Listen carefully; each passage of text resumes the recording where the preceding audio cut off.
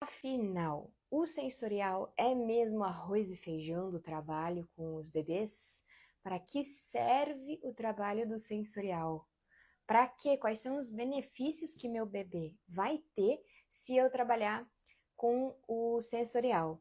Então, para quem está caindo aqui de paraquedas na live de hoje, essa série de lives aqui, a Sala de Professores, é uma série que acontece toda semana, toda terça-feira, às 8h30, aqui nesse meu perfil, eu trago um convidado que vai falar sobre um tema específico. A ideia é ser mesmo uma sala de professores, é ter aquela troca que acontece nas salas de professores, que a gente se ajuda, que a gente compartilha material, que a gente compartilha técnicas, metodologias, enfim. Porque eu, como musicista, sinto essa necessidade. Eu acho que no nosso meio da música não tem muito essa colaboração entre professores. Mas esse perfil não fala só de música, fala de música no método Montessori. Então, a ideia dessa sala de professores é trazer professores de música e professores que trabalham no método Montessori. E às vezes a gente consegue unir os dois, professores de música no método Montessori, assim como eu. É mais difícil, mas às vezes acontece, como já aconteceu aqui no caso da Beatriz. Só que hoje eu convidei a Alissa. A Alissa trabalha comigo na IMK e ela faz um trabalho excepcional com os bebês. Então, bebês de 4 meses até 1 ano e meio, às vezes depende da criança. E a gente vai falar de sensorial porque eu falo que é o arroz e feijão e é uma área de trabalho que a Montessori destacava muito. É um dos pilares da metodologia montessoriana, da área de trabalho mesmo em sala, que a gente faz com as crianças. E a Alissa tem muito para compartilhar com a gente. Então eu vou chamar ela para a gente conversar sobre isso. Vocês podem já deixar suas dúvidas, perguntas. Já pode também compartilhar aqui a live. Manda para uma pessoa que você sabe que trabalha com criança, com bebê, ou uma pessoa que está grávida, uma mulher grávida, que vai ter filho, ou alguém que já tem um bebê em casa, ou enfim, alguém que é uma babá, que precisa ter essas noções do que é o sensorial desse trabalho. E então já compartilha, porque eu vou chamar ela agora mesmo. Eu só vou colocar aqui, vou fixar na nossa live o nosso tema. Enquanto isso, você vai encaminhando para uma pessoa, é só uma, você não precisa encaminhar para toda a sua lista, não. Só uma pessoa. Enquanto isso, a Alissa vai entrando, acho que ela já está aqui nos vendo, e vocês vão me falando se meu som tá bom. É aquela velha história do microfone que nós temos que testar muitas vezes. Boa noite, vamos chegando. O mundo, estou anotando aqui nosso tema. Para quem entrar, não ficar perdido. Então vamos lá, meu povo. Vocês podem mandar aqui também os comentários. Já teve comentário na minha caixinha de perguntas. E bora chamar a Alissa. Já até mandei um oi para ela. Às vezes eu até esqueço como faz. Vamos lá. Já compartilhou? Se já compartilhou, tudo bom.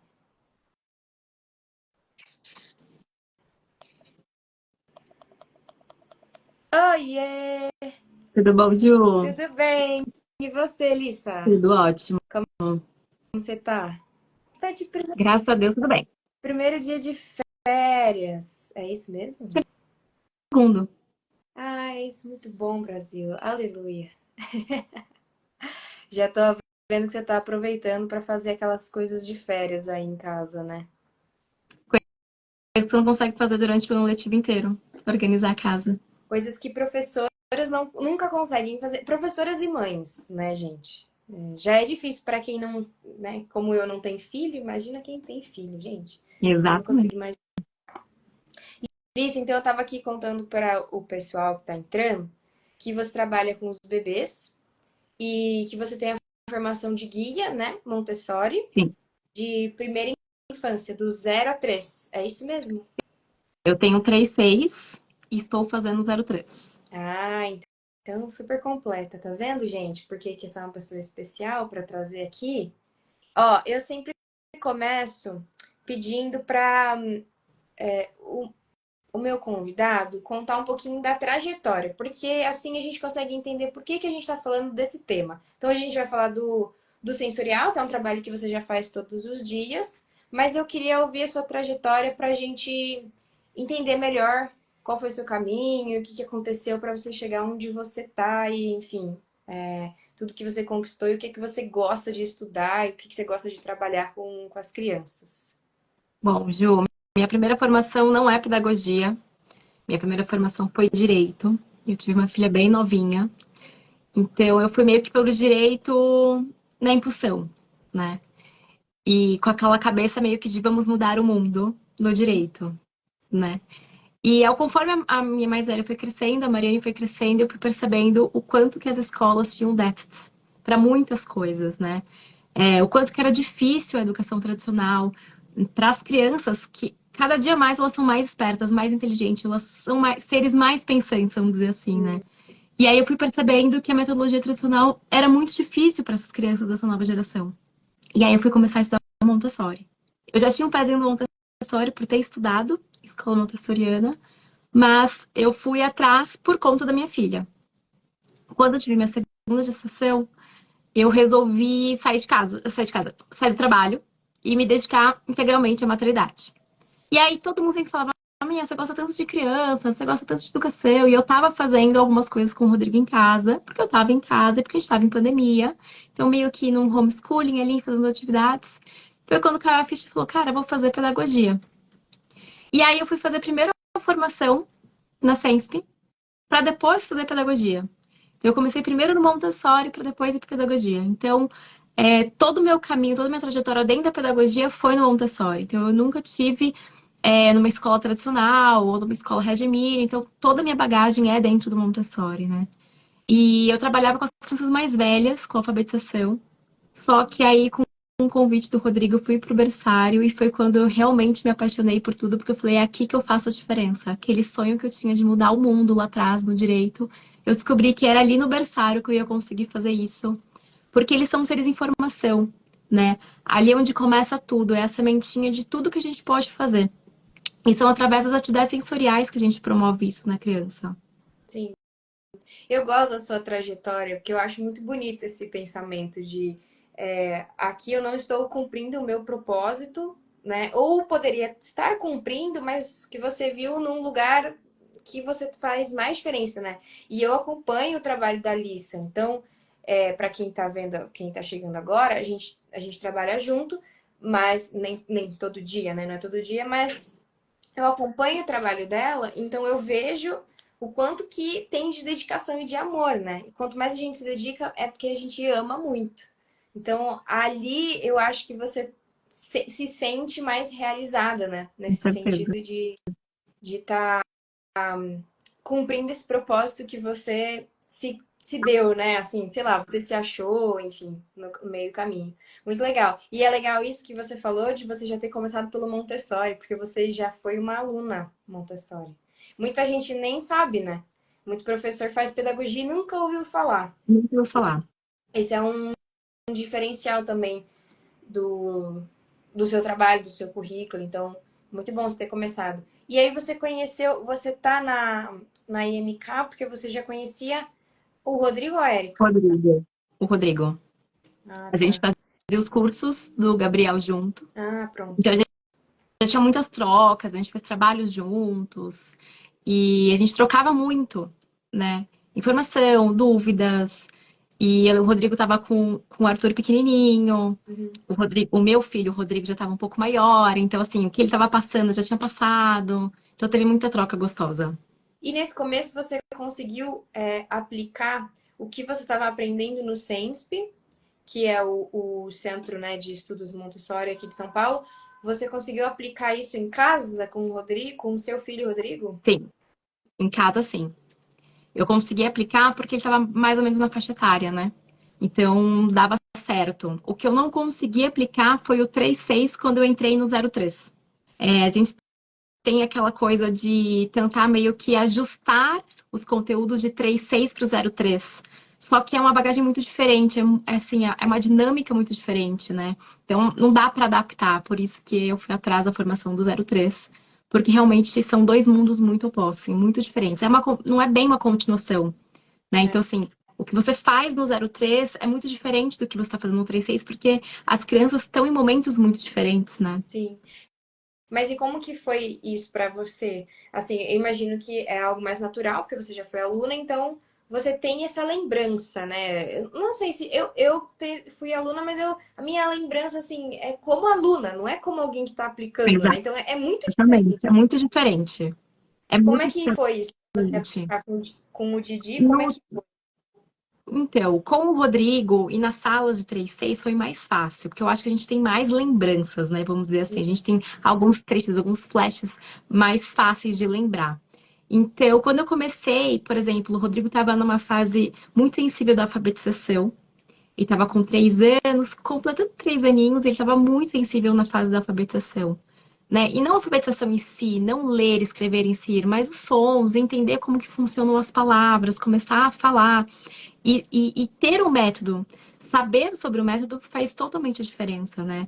Porque você respeita os períodos sensíveis da criança, Uhum. né? Então, me ajudou muito ter a formação do senso e como mãe, né? Muito mais como professora, mas como mãe também, do dia a dia, de conseguir observar o que é que a criança está precisando aqui no momento. Então, às vezes, você fala, nossa, mas a criança agora, ela fica atrás de mim o tempo todo, né? Eu tô cozinhando, a criança tá atrás de mim, mas por que será? Qual que será que é o período sensível que essa criança tá agora? Por que que ela tá precisando tanto da minha atenção nesse momento?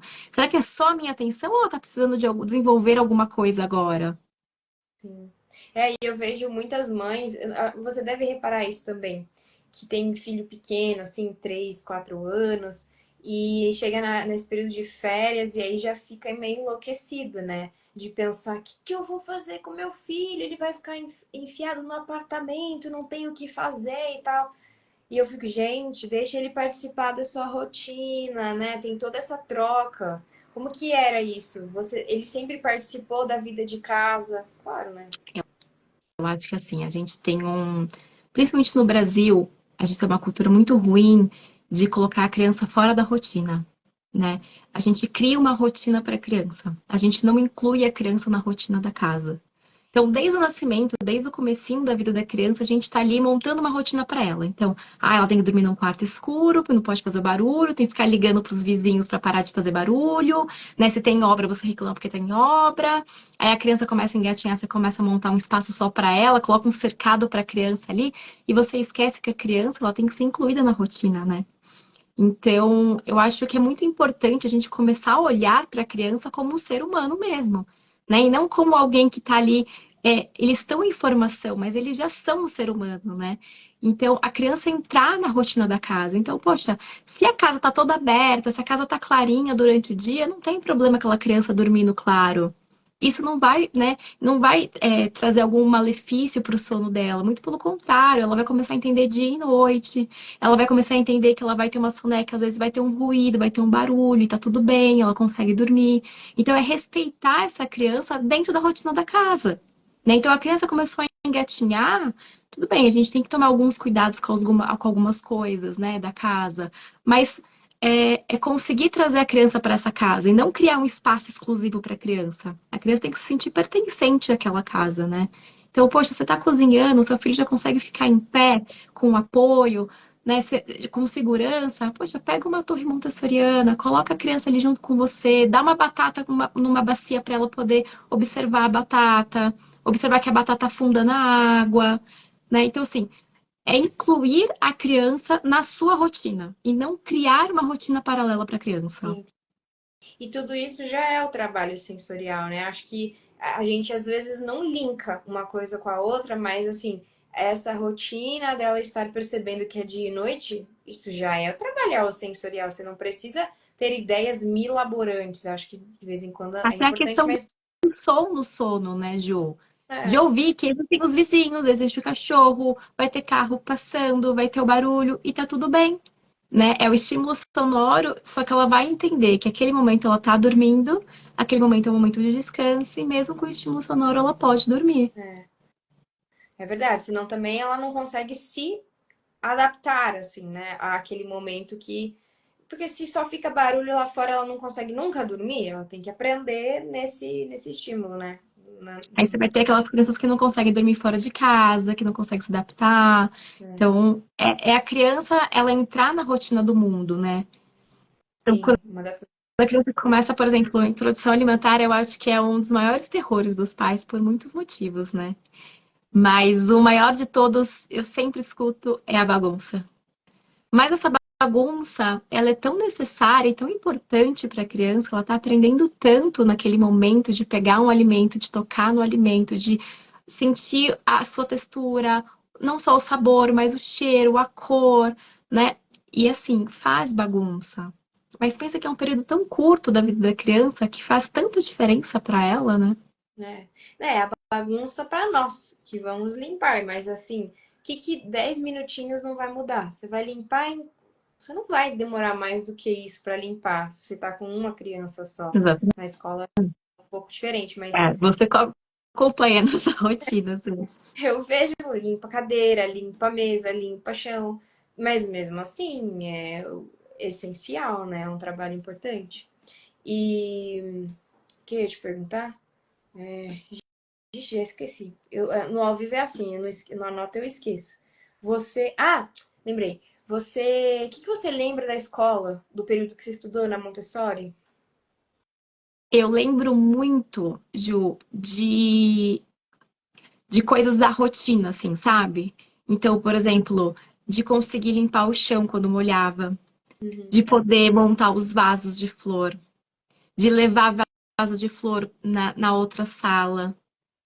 Eu lembro muito de cortar as frutas, os legumes, as coisas e sair distribuindo pela sala, que era o que eu adorava fazer. uhum, E o que me marca muito é uma roupinha de uma boneca que eu tinha levado, que sujou com alguma coisa no parque, porque era terra. E aí eu mesma tirei a boneca e fui lavar, sabe, a roupinha e deixar secando. E aí eu lembro que eu esqueci essa roupinha. E aí entrou em férias, sabe? E aí quando eu voltei pra escola, a roupinha tava lá no varalzinho, do mesmo jeito que eu tinha deixado. Então, assim, de ser incluída na rotina, na vida, no dia a dia, de me sentir útil, aham, sabe? Só que, assim, pra mim, naquela época, não era um diferencial, porque era a minha vivência. E aí, quando eu saí da escola Montessori para ir para uma escola tradicional, eu falei, ops, era assim, foi um choque muito grande de não poder levantar da carteira, de ter que ficar sentado o tempo todo, de não poder ser ouvida a hora que eu queria falar, sabe? De não poder simplesmente poder pegar um copo de água. Então, assim, foi um choque muito grande para mim. As lembranças que eu tenho dentro de uma sala montessoriana, a palavra é liberdade. Eu sim. acho que a maior diferença que eu tenho é Eu essa. também tenho muitas essas lembranças de cortar fruta, cortar cenoura para levar para o jabuti, sei lá, né? O coelho que a gente tinha lá e para fazer suco de laranja e levar nas outras salas e tal. Lavar pedra, tinha uma pedra gigantesca assim que eu amava por causa do cheiro da pedra que eu sentia, sabe? Nessa época eu comecei a estudar música, então eu já estava numa sala que era tradicional. Então eu fui me adaptando. É essa história que você falou da criança se adaptar ao mundo, né? Para mim, o normal era a minha escola. É, O anormal era era isso assim tradicional, né? Mas como na música nunca foi exatamente muito enfileiradinho, assim, essa coisa tão Caxias, assim, sei lá, digamos assim, ainda dava para mesclar. Eu acho que mais difícil, não sei se você sentiu isso, é que você mudou antes, né, do ensino médio. Você mudou um né? pouco Eu antes. mudei já no fundamental. Você já fez uma adaptação mais cedo, né? Eu fui um pouquinho mais tarde. Ah, mas é uma lembrança que eu gosto muito de retomar na na minha cabeça, assim, desse tempo. Acho que você deve ter essa Com sensação também certeza. de. E a sensação também, Ju, que eu mais falo, que eu mais percebo das crianças, era a vontade de aprender. Sabe, aquela curiosidade de saber as coisas, de entender as coisas. E aos poucos isso foi se perdendo, porque você tinha que abrir um livro e ficar escutando aquela mesma história, e todo mundo fazendo a mesma coisa ao mesmo tempo. Então você perde um pouco do interesse, você perde um pouco da curiosidade, porque você é podado o tempo todo, né? Essa história de não poder levantar para tomar uma água a hora que você. sente necessidade de não poder ir ao banheiro, ter que pedir tudo e É, mesmo pedindo ainda você pode levar um não, né? Porque não tá na hora. Né? Quer dizer, eu preciso te exatamente. passar essa matéria para você poder sair da... Para mim isso é bem complicado. Eu nunca, tanto é que nas escolas que tradicionais que eu trabalhei, eu falava para os meus alunos, independente da idade, assim, ó, você precisa ir ao banheiro, só me avise e vai, porque no geral as crianças muito pequenas não podem ficar rodando na escola, né, eles sozinhos. Sim, Então, eu falava, só me avisa para eu saber se que você vai no banheiro. E aí eles já sabiam que comigo era funcionava assim, e que se tivesse bagunça, se eles fizessem alguma coisa que não era para fazer além de ir ao banheiro, perdia a oportunidade na próxima vez. Ia perder minha confiança, que é uma coisa que a gente já vai trabalhando com eles desde pequeno, né? No Montessori mas você também. Que é... percebe como que isso é ruim, porque dentro do Montessori, para a criança ir sozinha ao banheiro, é normal, né? Pra ela poder levantar, buscar um copo de água, isso é normal, faz parte da rotina, faz parte do dia a dia. Para uma criança no ensino tradicional, isso é a oportunidade de fazer alguma coisa diferente. Pois é. Então a criança acaba aprontando porque ela teve um pouquinho de liberdade, porque a liberdade dela é tão podada que quando ela tem um pouco de liberdade, acaba aprontando alguma coisa. É.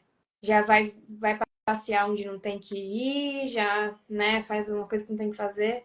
É ruim, mas no geral eu me esforçava muito para não acontecer isso, assim, né? Não sempre poder deixar, porque eu sabia que era muito importante para Sim. eles. Poder levar um copo de água de vidro, sabe, aqueles copinhos Uhum. americanos, às vezes as crianças não podiam, numa escola que eu trabalhei, não podia levar. E eu achava isso, assim, super esquisito, né? Mas, enfim, né, tem que cumprir regras.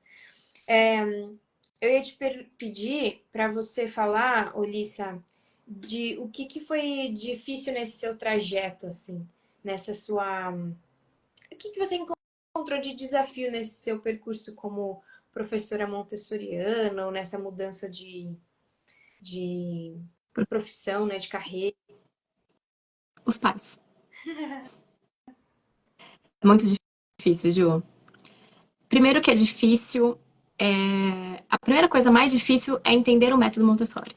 Porque não é um método muito divulgado no Brasil, não é um método muito conhecido. Eu já tive pai perguntando por que meu filho tá limpando vidro, por que eu pago a mensalidade pro meu filho tá limpando uma janela. É muito difícil para o pai, no final de um mês ou de um semestre, não receber aquele monte de carimbinho de mão, de trabalhinho tudo igual, sabe? Ele não vê no palpável que a criança está aprendendo, vamos dizer assim. Para ele, ter a foto, o registro da criança fazendo uma atividade não é o suficiente. Ele quer uma atividade da criança ali por escrito. Isso mesmo dentro do berçário, sabe? É muito difícil você mudar a cabeça de um pai que pensa da forma, tipo, ai, sabe aquele eu comi e não morri? Então, da minha educação foi assim e eu tô aqui, eu tô bem. Só que eu percebo que a maioria dos pais acabam tendo filhos e não pesquisam, não estudam sobre o desenvolvimento infantil. E o que é essencial, porque ser pai não é só ser pai e, tipo, repassar o que você teve, sabe? É você aprender, você ir buscar, você ter conhecimento. Então, por exemplo, quando eu estava com o Rodrigo, uns 4 para 5 meses, que eu falei, poxa, daqui a pouco começa a introdução alimentar, eu fui atrás de uma pós-graduação em nutrição materno-infantil. Eu queria entender melhor sobre isso, sabe? Eu queria entender melhor sobre a alimentação do meu filho. Porque não é só falar, eu vou fazer uma papinha, vou entregar aqui. Não. Como que é? Então, como que será que está sendo feito? Por que é dessa forma? Então, assim, eu acho que é muito comodismo para os pais serem pais com aquilo que eles tiveram e não buscar alguma coisa melhor. Então, dentro da educação, o meu maior desafio são os pais. Então, às vezes, você percebe que a criança está com algum atraso, que a criança está com alguma deficiência, ou que a criança, né, não tem um certo interesse. E aí, quando você vai a fundo e percebe, é sempre os adultos que o cercam, né? Então, uma criança desafiadora, ou uma criança que está com algum atraso motor. Aí, quando você vai perceber, a culpa nunca é da criança, né, Ju? É os adultos, é o adulto que o cerca. E quando você trabalha como professor, você tem que tomar muito cuidado, porque você tá ali dia a dia com a criança, às vezes você passa mais tempo com a criança que os pais, só que eles ainda são os pais, né? Então, você tem que ter muito tato para conseguir conversar com os pais, para você ganhar a confiança, para criar aquele laço, para ter uma intimidade suficiente para falar, olha, eu sei que você está se dando o seu melhor, mas tem alguma coisa aí que pode melhorar, né? Então, para mim, a maior dificuldade é sempre os pais. É aquela metodologia. Hoje eu ouvi um vídeo de uma menina falando assim: tem grandes empresas como a Nestlé e Netflix, empresas grandes trabalham com uma metodologia chamada PDCA, se eu não me engano, que é o Plan, Do, o C, que era mesmo? É algo assim, ó, planeja, faz, revisa e depois faz outra vez, sabe? Action.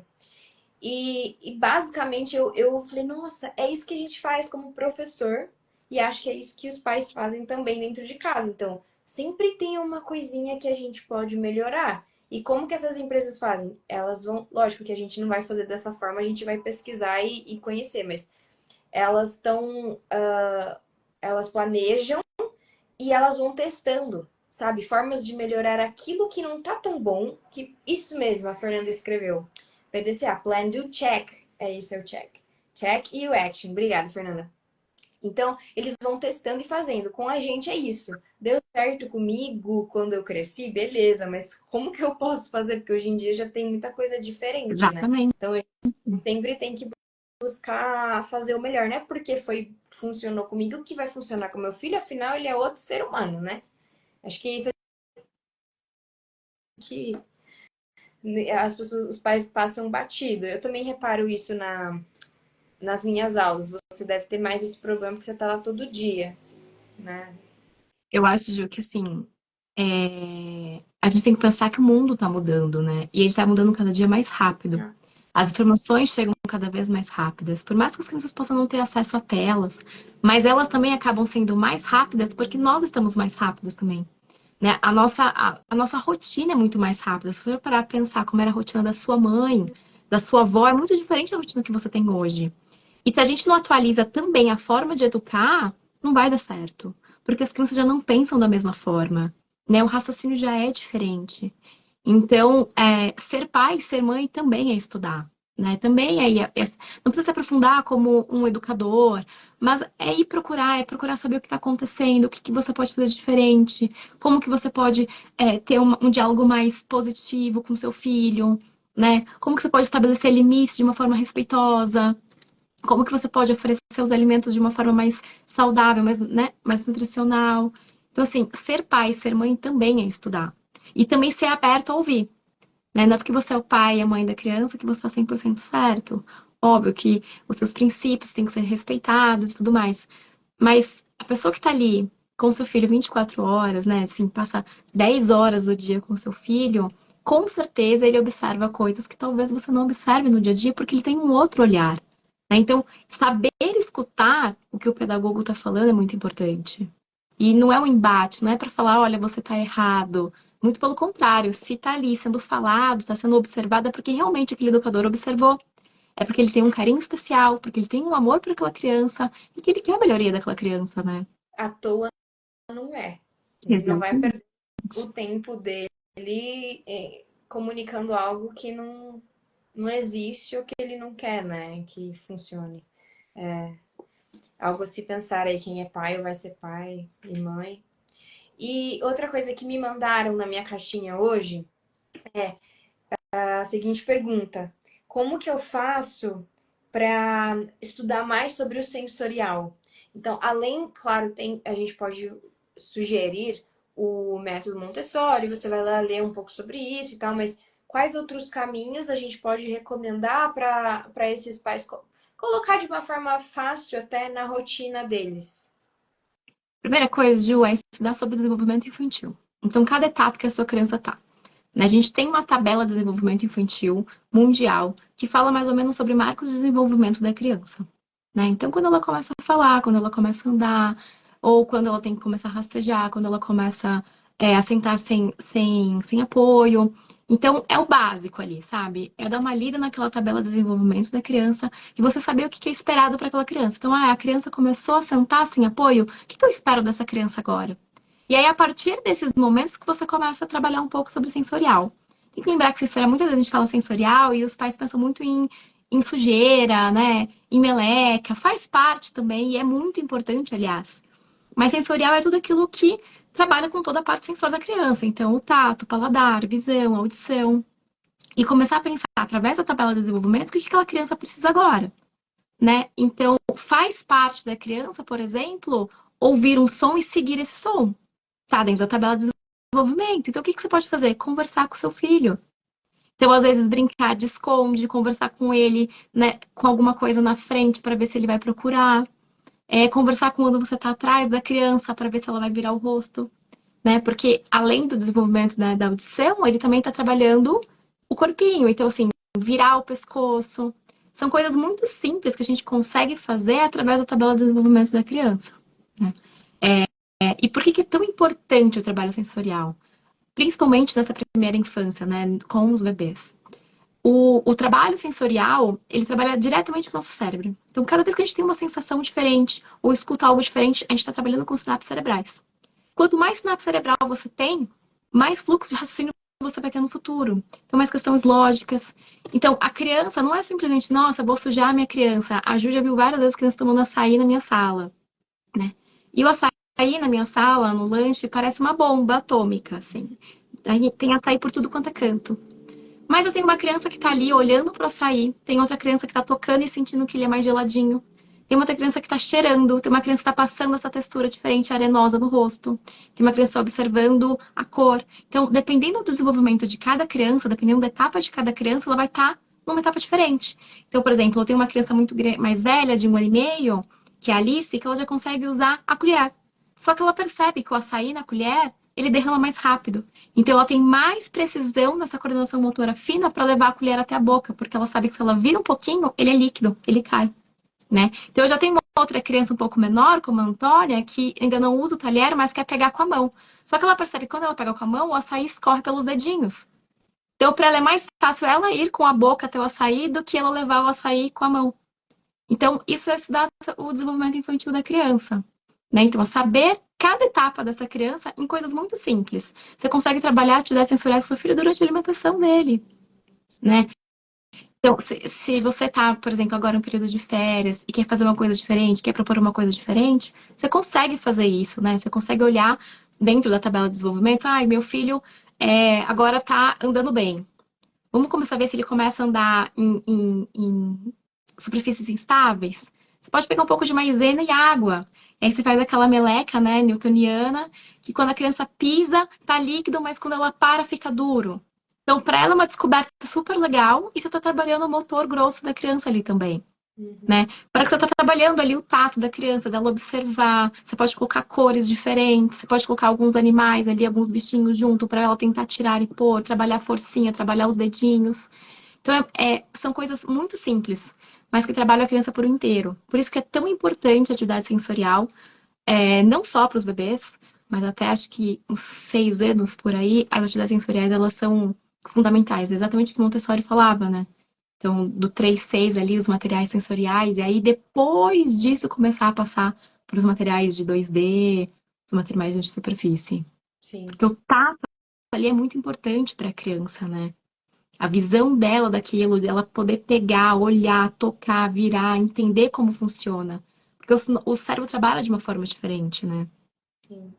E algo que falo assim para os pais, e até falei no workshop que a gente fez na escola, é o que a gente coloca de sons dentro de casa, mas sons que não exatamente música.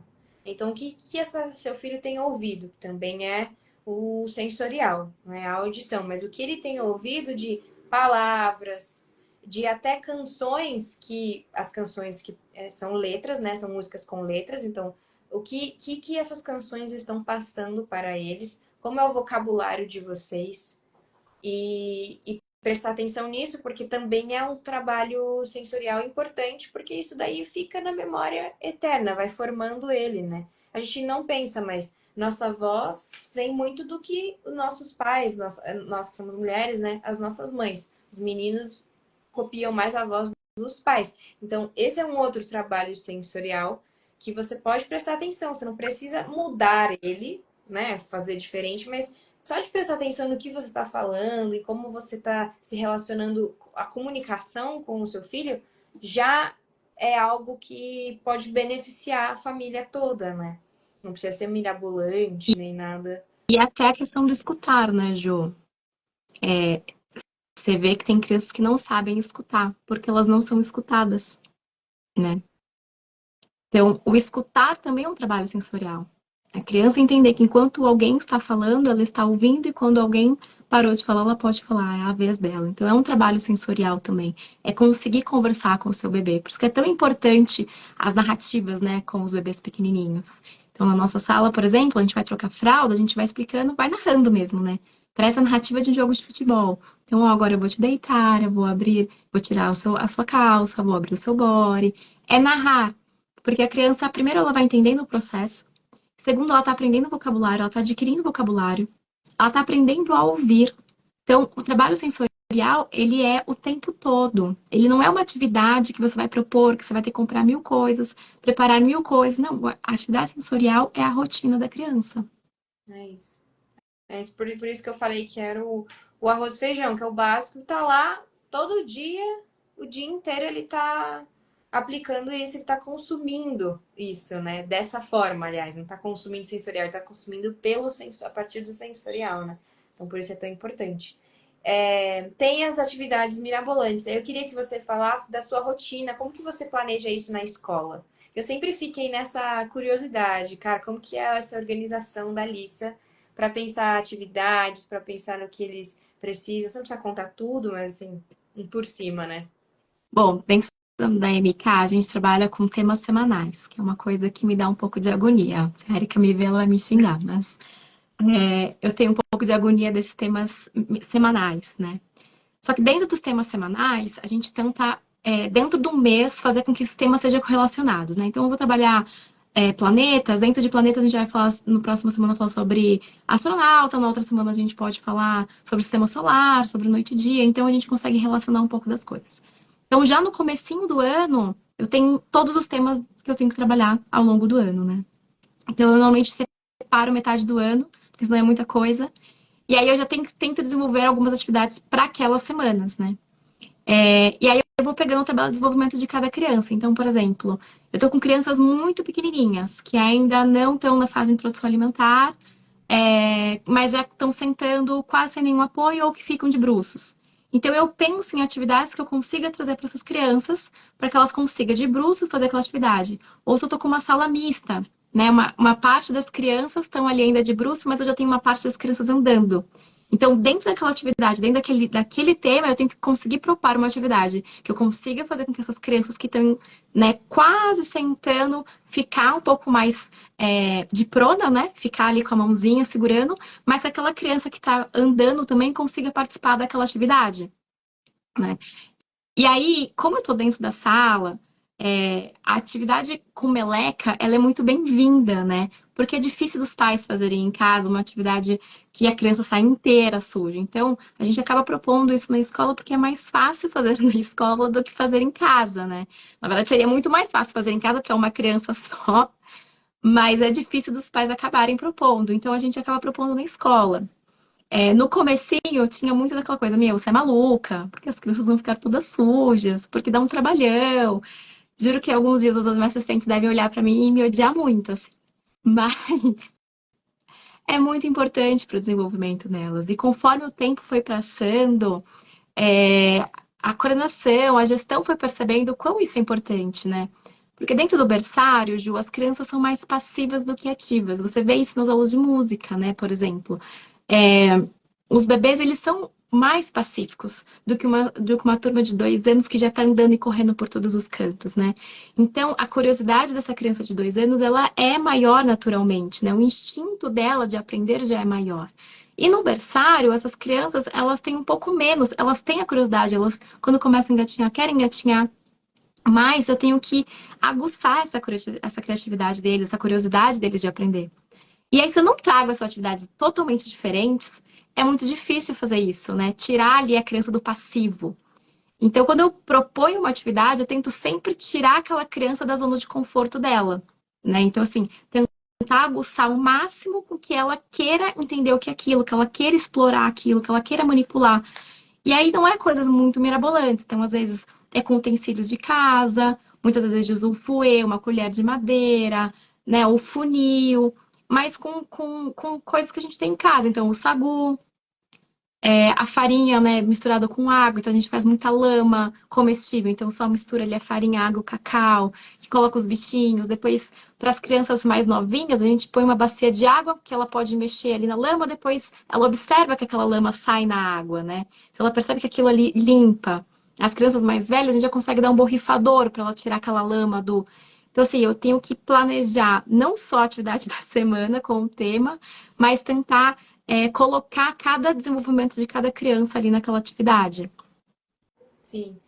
Ou separar, é que vocês não fazem isso, né? Como a gente faz na aula de música, de separar as turmas que já estão mais os mais andantes e os menos andantes, Pra né? não dar, Assim, aí, porque não tem quantidade de pessoas, né, para acabar fazendo isso. E eu acho muito importante, na verdade, Gil, a gente até teve essa discussão uma vez, dessas atividades coletivas com as crianças. uhum, Eu sinto um pouco de falta dessas atividades coletivas. Eu, assim, eu entendo, né, ali o trabalho individual dentro do ciclo de trabalho, mas eu também acho muito importante essas atividades coletivas, principalmente no berçário, porque o play deles é diferente, eles ainda estão cada um no seu quadrado, né, vamos dizer assim. Eles ainda não interagem ativamente um com o outro.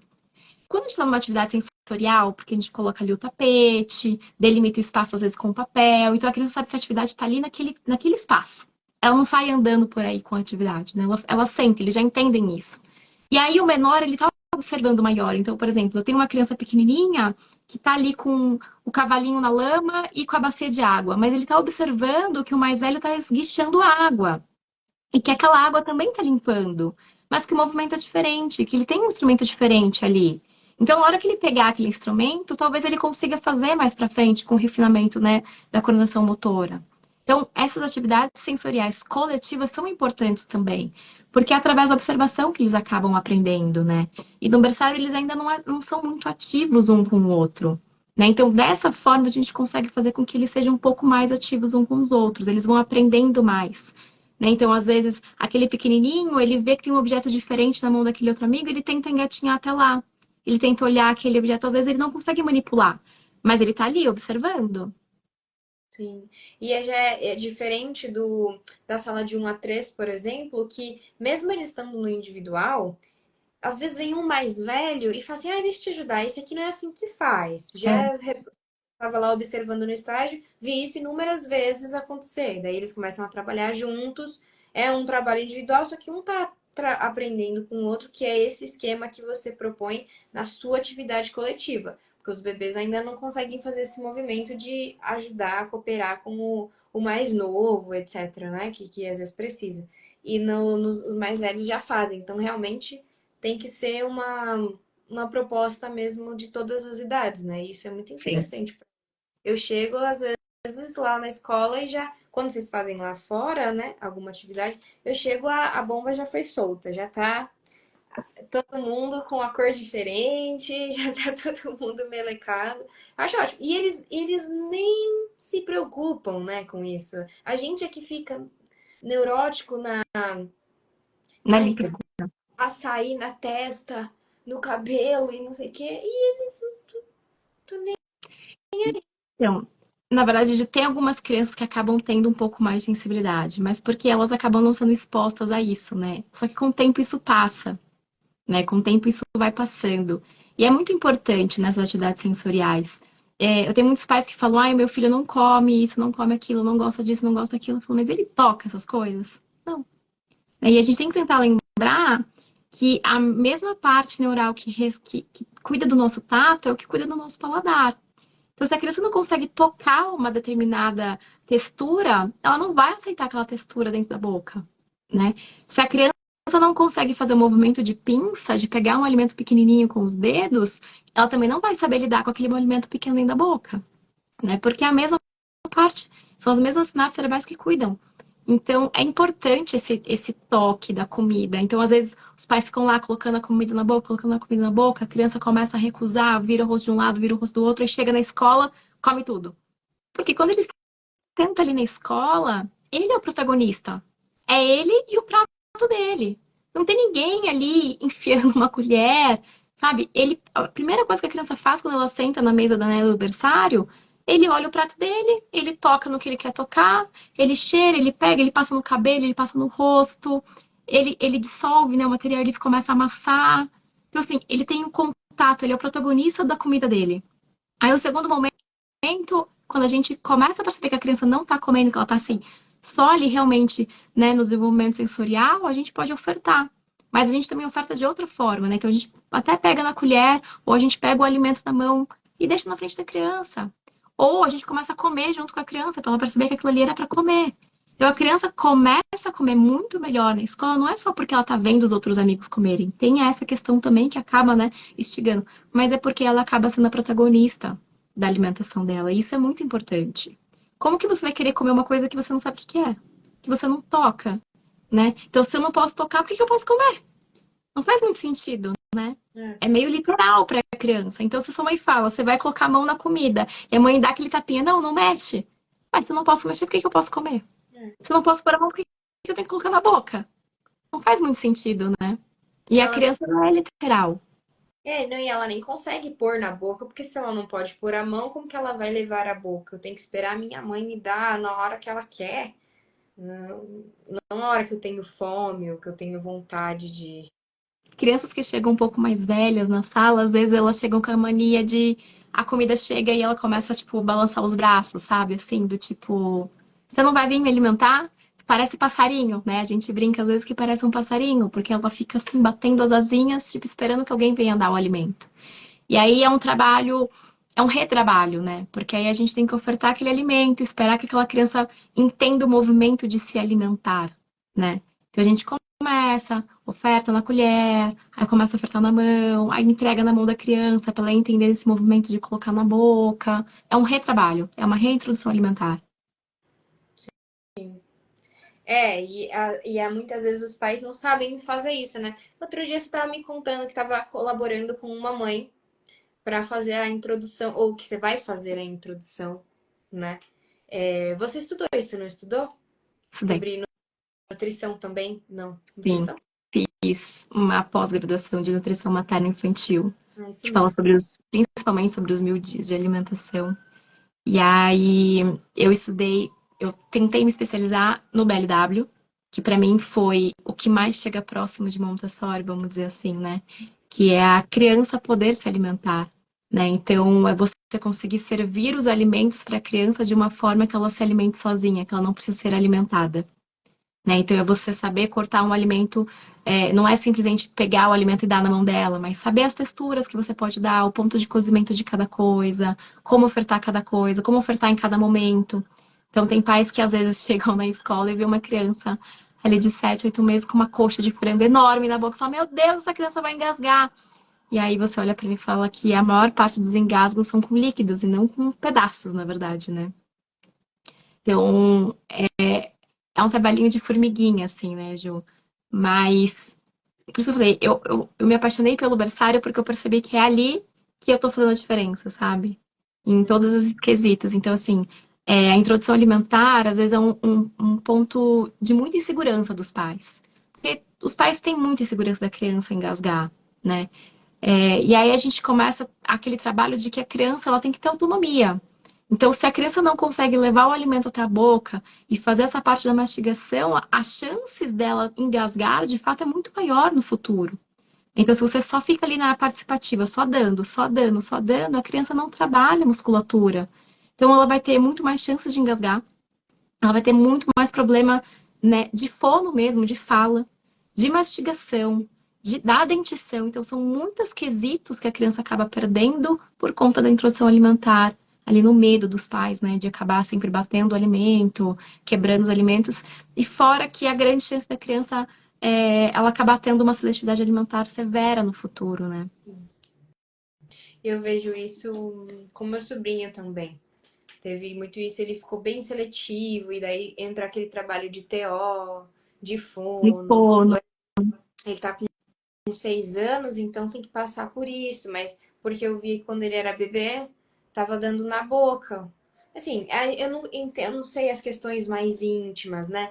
Mas é aquela velha história do, ai, mas que trabalheira, né? Júlia, é tão difícil, né, no dia a dia. Então tá. O que que é mais difícil agora, né? Aí Você eu falo, passa muito rápido, né? O que eu tento explicar para os pais é que essa primeira infância, Ju, ela passa muito rápido.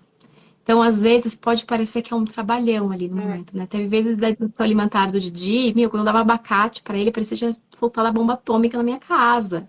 Então, assim, às vezes realmente é um trabalhão ali no momento. Só que às vezes é melhor aquele trabalhão ali durante 6 meses do que depois você pegar uma criança com, porque seletividade alimentar é doença, tem CID, e você trabalhar por anos com TO, é. com fono, com nutricionista, para a criança conseguir comer. Então, às vezes, um trabalho grande durante uns meses, um trabalho grande para o adulto, né? Do que um trabalho grande depois para a criança. Porque é um trabalho não só para o adulto, de ficar levando para as terapias, mas da criança também passar na terapia. Né? Imagina, ele entender que ele tá indo na terapia porque ele não tá comendo. É assim, que tem alguma coisa de errado comigo? Como assim? Sei lá, eu acho que isso deve ser uma confusão mental, assim, sabe? Nada agradável.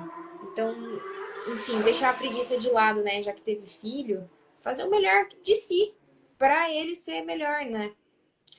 Não, e hoje em dia já tem tanta coisa que consegue ajudar, É, sabe? Porque tem tapete disso, tem tapete daquilo, tem tapete impermeável, tem cadeirinha que é toda de plástico, meu, depois você vai lá e põe debaixo do chuveiro, sabe? Joga ali a água. Então, assim, quando eu assumi o berçário, eu lembro do Rodrigo falando, meu, você é louca.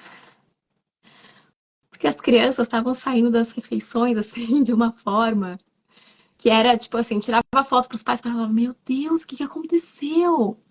Só que foi tão bom, foi tão benéfico para eles, em tantos sentidos, que, assim, realmente é muito trabalhoso. É muito cansativo.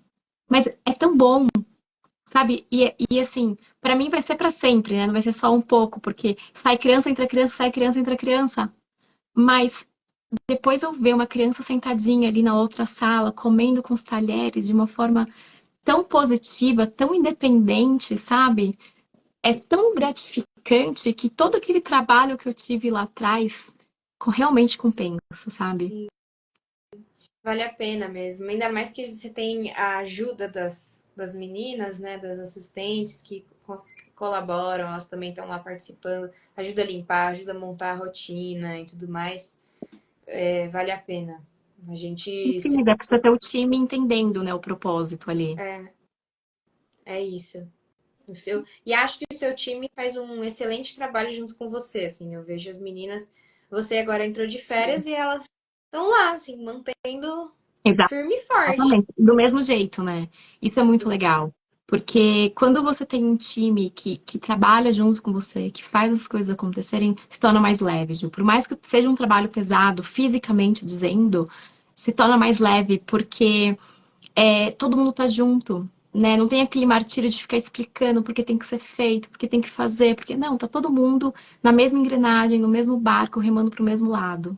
Então fica muito mais leve, muito mais fácil.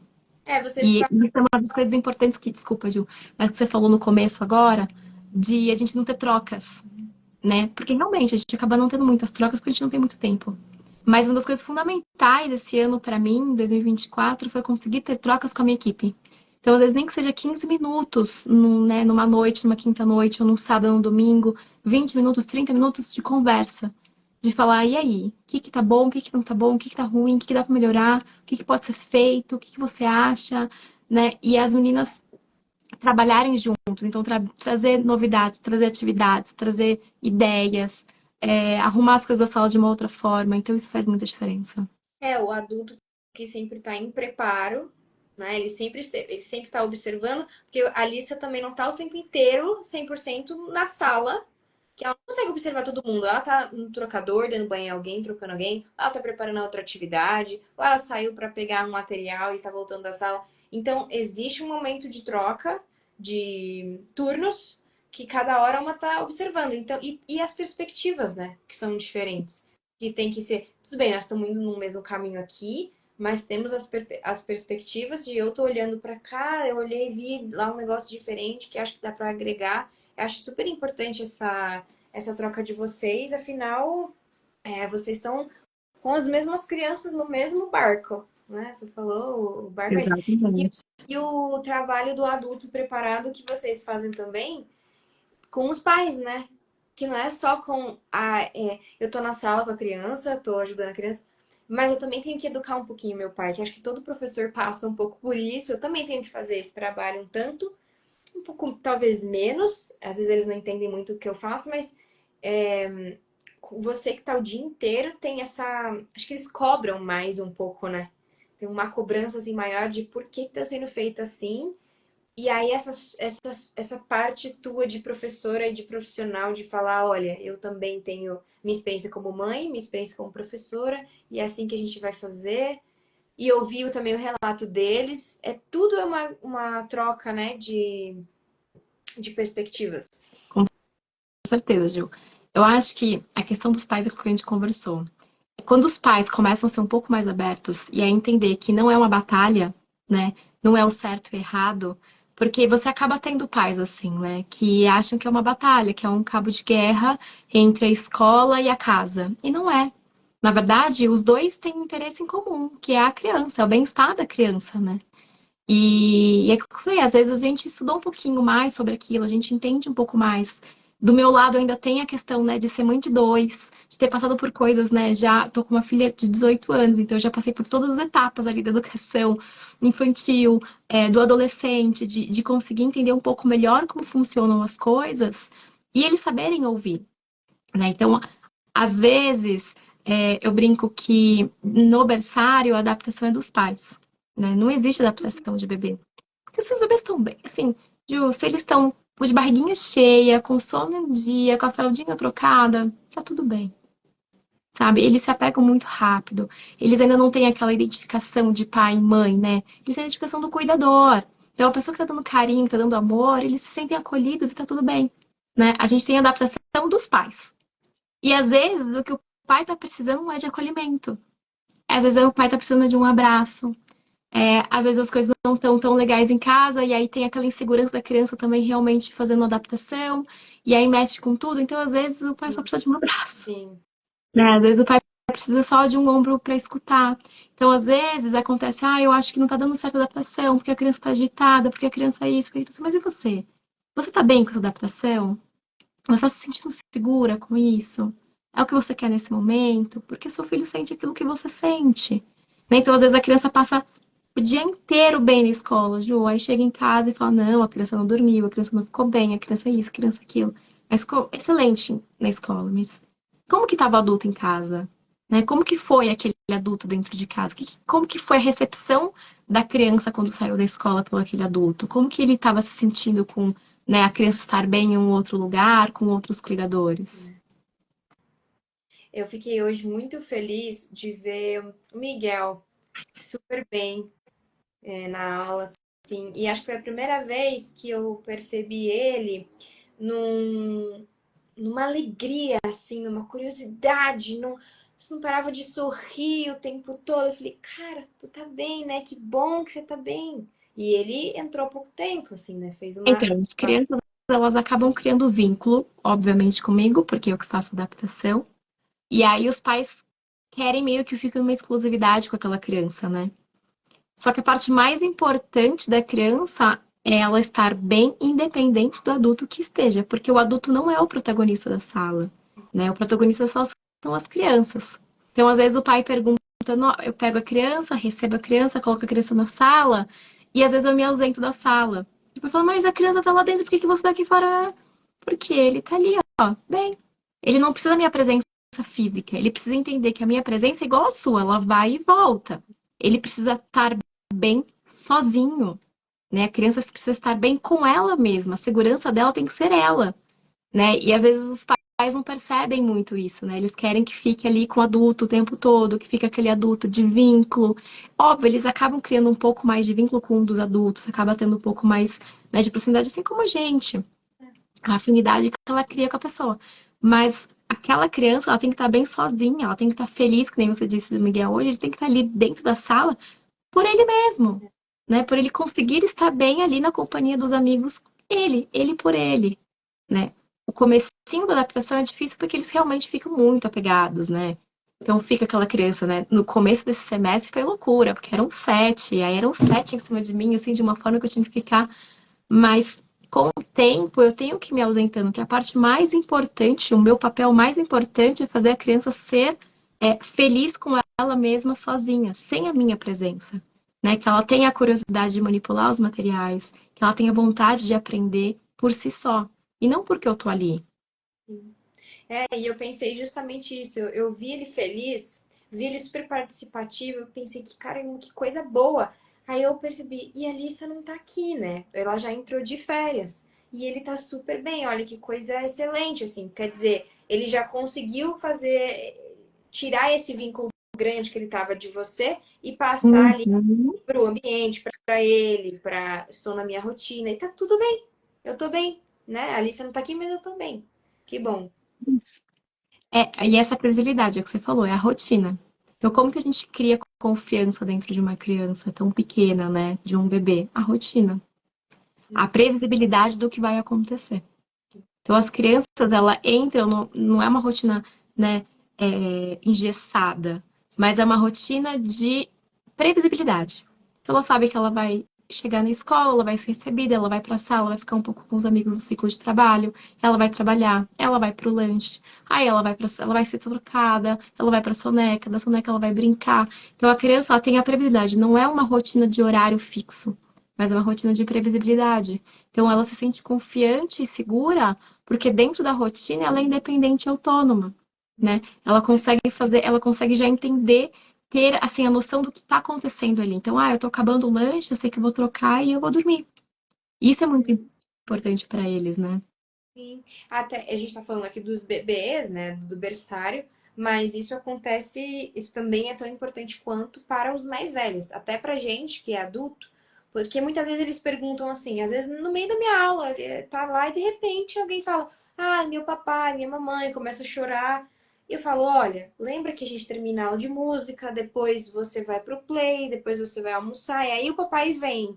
Então, é verdade, né? Ele já lembra dos outros dias que ele fez a mesma coisa, ou quase a mesma coisa, não teve aula de música, mas a rotina tá ali, né? Então, até pra gente poder localizar eles no tempo e espaço, de saber que eu vou encontrar com meu papai de volta, né? Meu pai vai vir me buscar, como todo dia ele vem, minha mãe vem me buscar, e que tá tudo bem, eu não preciso me desesperar por isso, eu sei que eu vou dormir. O Chico hoje estava, coitado, morrendo de sono, e aí eu falei, Chico, você tá precisando dormir? Ele não queria sair da sala, né? Assim, terminou a aula e ele não queria sair. Eu falei, você tá cansado? Ele lá deitado, tô cansado. Você quer dormir? Quero. Eu falei, então, você vai almoçar agora e depois você vai dormir, lembra?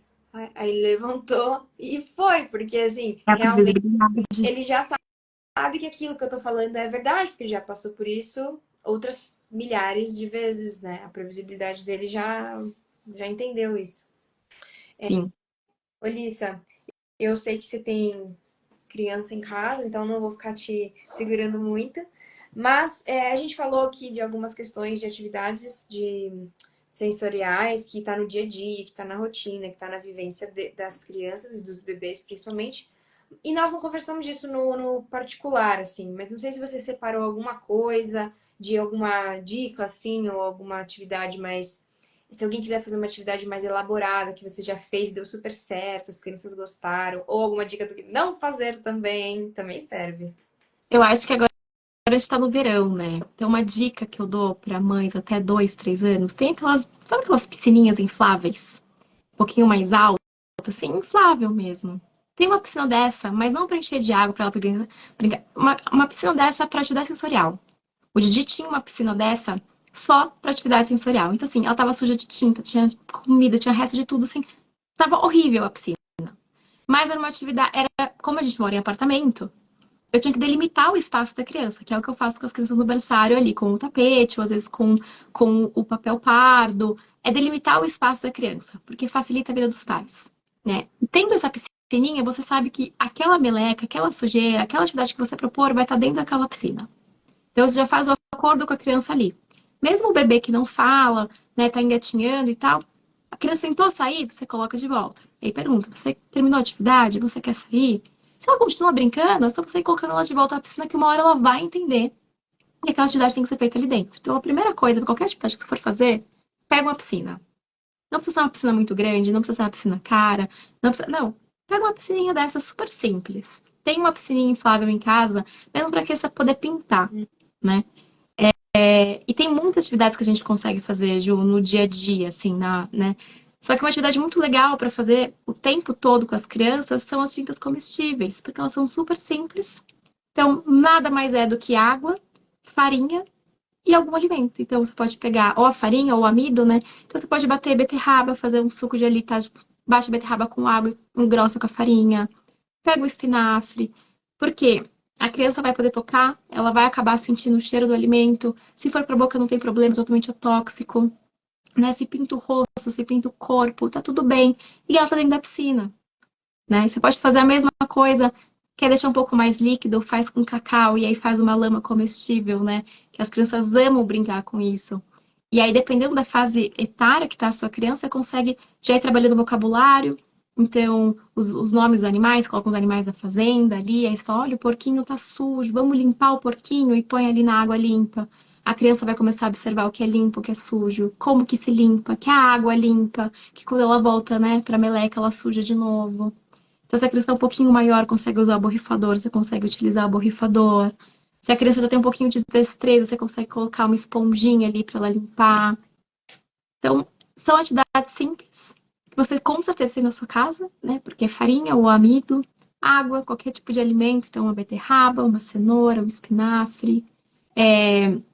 O menos é mais, assim, sabe? Não precisa de coisas também muito trabalhosas, comprar coisas caras, coisa que você tem no seu dia a dia que tá ao seu alcance de fazer, né? E só que aí precisa só um pouquinho da boa vontade, né, de colocar a mão na massa ali e de brincar com seu filho também, né? Que é um momento ali de qualidade que você consegue ter com ele. Sim. E essas ideias você tira de algum lugar ou você mesma que vai juntando, uma ideia daqui, uma ideia de lá, aquilo que eu aprendi na nutrição e etc. Ah, e eu acho que os dois, assim, eu sempre tive muita criatividade, né? As minhas altas habilidades, ela é voltada para a criatividade. Uhum. Então, isso me ajuda muito. Mas eu gosto muito de estudar. Eu gosto muito de ler, né? Então, eu tenho vários livros. Eu separei um de mostrar para vocês. Nossa. Chama Ai, Arte para Bebê. olha que legal. Que é super legal. Eu sou super a favor de bebês em museus, em concertos. Eu acho que é super importante, né? Desde o bebezinho ali, estar em contato com isso. Uhum. E então eu gosto de livros e tem muita pesquisa sobre isso, sabe? Sobre as crianças que desde pequenas elas são apresentadas para essa parte cultural da música, da arte. E aí, a partir disso, eu vou fazendo as atividades. Então, tem muita coisa que eu acabo olhando e vejo que é legal. Ou às vezes tem um tema da semana e a partir daquele tema eu acabo fazendo uma atividade, né, parecida com alguma coisa que eu fiz e acabo criando. Mas é os dois, assim. Mas o estudar me ajuda muito. Sim. É, o melhor jeito, né? É, obrigada pela dica do livro. Mas, E eu queria só finalizar pedindo para você. Deixa eu ver aqui os desafios nós falamos e tudo mais. Beleza. Eu queria só para você falar se as pessoas conseguem te achar, o que que você faz aqui no. Você tem um trabalho também ativo no Instagram. Queria que você contasse só um pouco sobre isso, vender o seu peixe, né? E depois comentários finais. bom, eu tenho esse Instagram é um Instagram materno, que ele tá um pouquinho deixado para trás, porque esse segundo semestre foi muito intenso.